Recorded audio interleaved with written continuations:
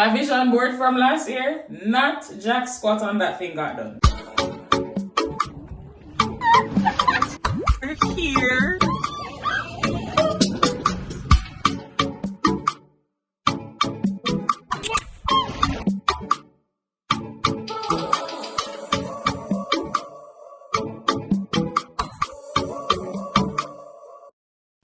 So hey guys, welcome back to another video. It is New Year's Eve and I don't know when I'm gonna edit this to post this, but by the time you see this, Happy New Year. The hair is dirty. Jesus, the hair is dirty. I'm embarrassed to tell you guys the last time I actually combed my hair. The last time I actually washed my hair, as a matter of fact. Yeah. You gotta do better, girl. Girl, you have to go do better. We have to go to better, guys. We have to grooming wise. We have to go to better. Anyways, I wasn't really going to film, but I'm just going through my hair routine, and I wanted to share that with you guys as well as some thoughts. This is more like a therapy session for me, more than it is a video for you guys, for my own personal selfish reason. If that's something you want to stick around for, let's get into my wash day routine and a little chit chat. For days like these, I have to pull for the wash day basket. Okay guys, so first thing getting into this video is the hair is dry.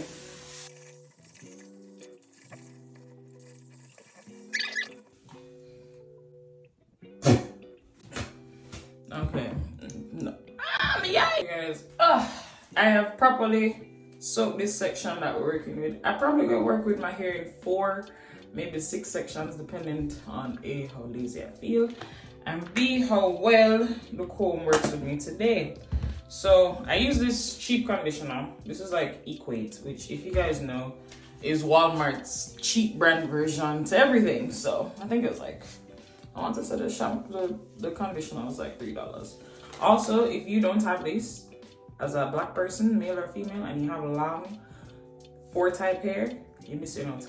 This thing is the best detangler.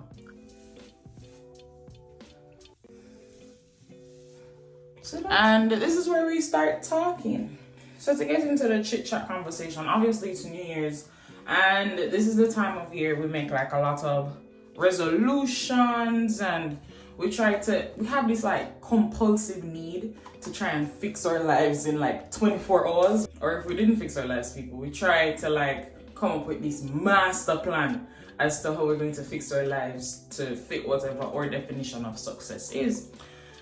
Boy guys, I'm not gonna lie to you, when it comes on to like goal setting and then something like this time of year is so stressful for me. It's so stressful because it's just like, if I look at I have my vision board from last year, not jack squat on that thing got done. Not jack squat of it got done. And I'm so disappointed because usually, well, at least when I was younger, I used to achieve the things. So I'm spoiled. Yeah, this is, yeah. You know, if you guys see a lot of hair coming out of my head, just know, no combing, no washing, no nothing in an indefinite amount of time. As I was saying, guys, being the type of person that I'm usually very goal-oriented, usually so goal-oriented. But what people don't talk about is, what do you do when the goals from last year have passed and you can't achieve them this year, but you're still recuperating from last year's disaster to try and set more goals again? Like what do you have to do? Like what is nobody tells you about the mindset after you try multiple times at the same thing and fail. They always say, try again. What we must do when you try again? And that's really been my main thing when I'm looking at the new year, it's just like, what do I have to do differently? And people always make it sound like the answer is right there in black and white, what you need to do differently, but sometimes it's not. So, and as a Christian, I have to approach God about this. Like this year, I found out, oh God, guys, this year, anything that could go wrong went wrong. With my health, anything that could go wrong went wrong. I could talk about that later. I don't know if I'm going to talk about that now, but with my health, anything that could have gone wrong this year went completely wrong. With track, I said I knew not failure until this year. I knew not failure until this year. Trust people, I failed at the same thing multiple times. the same thing, same stage, same people multiple times. And I'm talking about conference, I'm talking about making a national team. Note, I'm grateful because I did PR this year, but it's just like, with track, if you didn't do it on the big stage, did it even really count? You know? And people who do track understand this. They understand, like, you could PR all you want at the track meets. When the championship time comes and it's time to, you know, do the doing things, if you didn't do the doing things, then nothing got done. Exactly. So it's like, how do you come back from that kind of mindset? How do you come back? How do you come back to be like going boldly before God again and saying, God, these are my plans. Let's get my life together. Because it's like people would expect you to get over it already. People would expect you to just get over the season, to get over the failure, to get over the death, to get over the trauma, to get over the anything. But it's traumatizing it's trauma for a reason. People, it was traumatizing, you know? Especially, oh God, people, sometimes being Christian is so exhausting, especially having like Christian friends, because they have this like, and I do it too sometimes. And it was until I was experiencing some actual like seriously mind-boggling and shaking experiences. I don't have words right now. But I realized that being Christian doesn't mean that, yes, Jesus is the answer to everything, but sometimes you need to understand where people are at. You have to understand where people are at. Like, okay, if somebody comes to you and they tell you that, hey, my leg just got cut off, and they're screaming and crying and they're in pain, are you going to be like, just go to a hospital? Or are you going to understand that the person is in pain? Like, the person is in pain. You can't just tell the person, shut up, because you're going to the hospital. You have to, I'm not saying you must baby people when they're down, you know, but like, meet people where they're at. The person's in pain. Yes, the person's going to go to a hospital. Obviously, the person doesn't want to be in pain. But at the same time, it's like, the person's still currently in pain. They're still in pain right now. As we speak, the person's in pain, hollering because their leg just got cut off. You can't just tell people that, oh, the hospital will solve everything. The person's in pain. They know the hospital will solve things, but just right now in this current season, that person needs you to be there for them. And that is where I think there's a divide between like Christians and mental health defects and stuff like that. Because ultimately, as a Christian, you think I don't know Jesus is the answer? You think I don't know that he can heal all the sicknesses and diseases and stuff like that? Yes, I know that and I acknowledge that, but this current point in time, I am in pain. I am in pain. When Jesus was on the cross, you know what he said? Father, why have you forsaken me? Jesus knew that God will never leave him nor forsake him, but he still said, Father, why have you forsaken me? Because why? Jesus was in pain. And that's something I'd like for Christians to acknowledge amongst each other and amongst people who aren't Christians who like suffer from mental health defects and trauma. Meet people where they're at. Try to understand their pain as best as you can and try to tend to them in the state that they're at.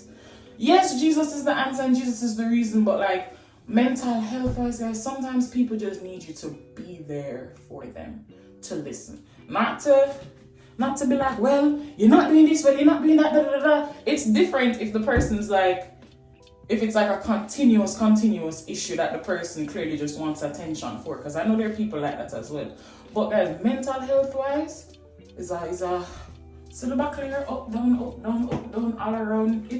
It's a lot. And the person with the issue doesn't want the issue. I feel like people don't get that. When it comes on to mental health, nobody wants to have a mental health issue, you know, it's just there. What you do with it afterwards, yes, is ultimately up to the person, but in the middle of it, that person just needs somebody to be there for them. And that's what I want Christians, non-Christians, whoever comes across this channel, that's what I want you to take away. Meet people where they're at, try to understand them where they're at to the best of their ability, or recommend them to somebody who can understand where they're at to the best of their ability. Instead of just like being what do you call it? It's kind of like, stop being checked. Stop just typing in their problem and expecting an immediate solution to a long-term trauma. It's not gonna work. I feel like I went off topic, but I want to go back on the topic of goal setting and what to do. Sorry. And what to do after like a major failure. Now, the internet, one second guys, the internet and people around you and motivational speakers are going to be like, when you're not down, just get up. Be for real. Be very for real for a second. If you're not down, I'm not telling you to stay down, but sometimes the issue is when people get knocked down and they get up too quickly, it is very inevitable for them to fall down again because they didn't understand why they fell down or what the lesson is to be learned in falling down. And you see, it come in like sheep. The Bible describes us as sheep all the time. You know why? Sheep are fundamentally stupid and they don't learn from their mistakes. They don't learn. They don't learn at all. You take a sheep out of a hole, the sheep don't drop in the same hole. That's at least what my Bible tells me. Ooh, one second. I would say to the person who has failed a lot and like they feel like they've fallen and they can't get up, life alert, I've fallen and I can't get up. I would say to that person, understand how and why you fell. Understand how and why you fell. Take the time to understand how and why you fell. Because you see, if you don't take the time to do that and you just get up back and you just hop right back on the horse that threw you off in the first place, then the horse is just going to throw you down back in the same way you fell off the first time. Sometimes when you're down, people, I'm not telling you to stay down forever, but I'm telling you to understand where you are before you get back up. Understand where you are before you get back up. That's exactly what I'm saying. Time is in God's hands. Sure, I'm not telling you to stay down in the hole forever. I'm not telling you to stay down in depression and anxiety forever, but I'm telling you to take time, and I'm not a licensed therapist, but I'm saying take time to understand why you're anxious about what you're anxious for. Why you're depressed around a certain season. What's the trigger? What is the this? What is the that? In your season of depression and anxiety and just like crippling fear to the point where you feel like you can't move, obviously you didn't just get up one day and have depression. You didn't just get up one day and have anxiety. That's not how those things work. It's something from your past, your present, or something in the future that is bothering your current. And you have to understand what that is. And as a Christian, you have to take the time to understand what that is so you know what to pray about. Like, you can't just be like, God, I'm depressed. Fix it. What is it that is depressing you? What is it? What is the season? What is the time? You have to be honest. You have to be open. You have to be transparent with how you feel. And actually, that is what I have to be grateful for in this year. I genuinely had time to understand. I had time to understand why I feel the way I feel and why I was knocked down in the first place and the steps that led me to being knocked down in the first place. Because you see, when you get up too fast, you're going to have the symptoms of moving too fast. Dizziness, imbalance, stuff like that. And you're going to feel it in life as well. Ooh. Ooh. I told you guys I'm not bald, you know. Every time I come on this channel, you guys probably think I'm bald-headed, and I'm not. Anyways, back to the topic. Understand where you are so that you can move even further when you get up off of being knocked down. Thank you. So, as you can see, guys, the hair is pre-conditioned. I'm about to go wash it now. I don't know how these influencers catch up this phone in their showers, but I'm gonna try it.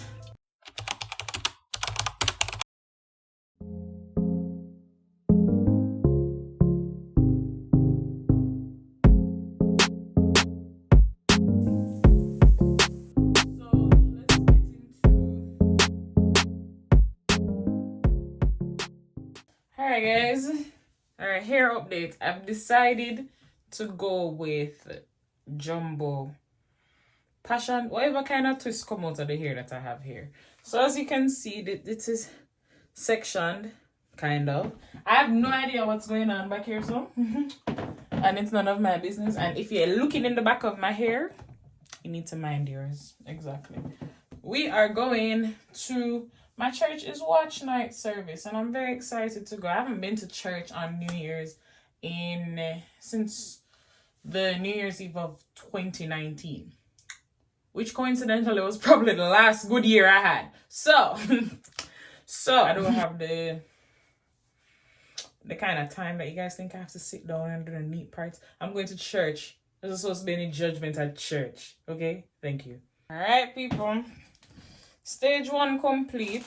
I don't know if I want to take you through the process of how to do this, because I can't take the eardressers in the comments that are about to go mad because I don't do this right.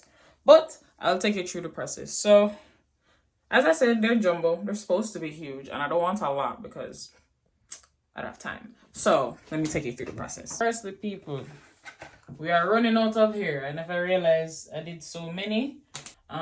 So I'm cutting the hair. So I crochet everything. Good thing I don't my ear. And then we start the twisting process. What I do is I get an elastic band. Sue me. I do this hair, try to keep it as tight as possible. And I just, yeah. See this now? This is where the hairdressers are going to froth up in the comments. Because once again, I told you, I don't know how to add in hair. So this is really just vibes. Take in hair, latch it through. Bring it through like so. Till this is about even. And then I twine this up. Like rope twisting your hair, I would start it like this. Hopefully the next time I approach you guys, this will be done. So guys, I severely forgot. Time is running out.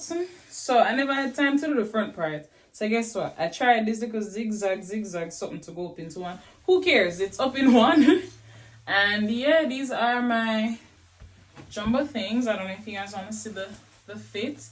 Once again, guys, I'm going to church, so you know, real modest gal.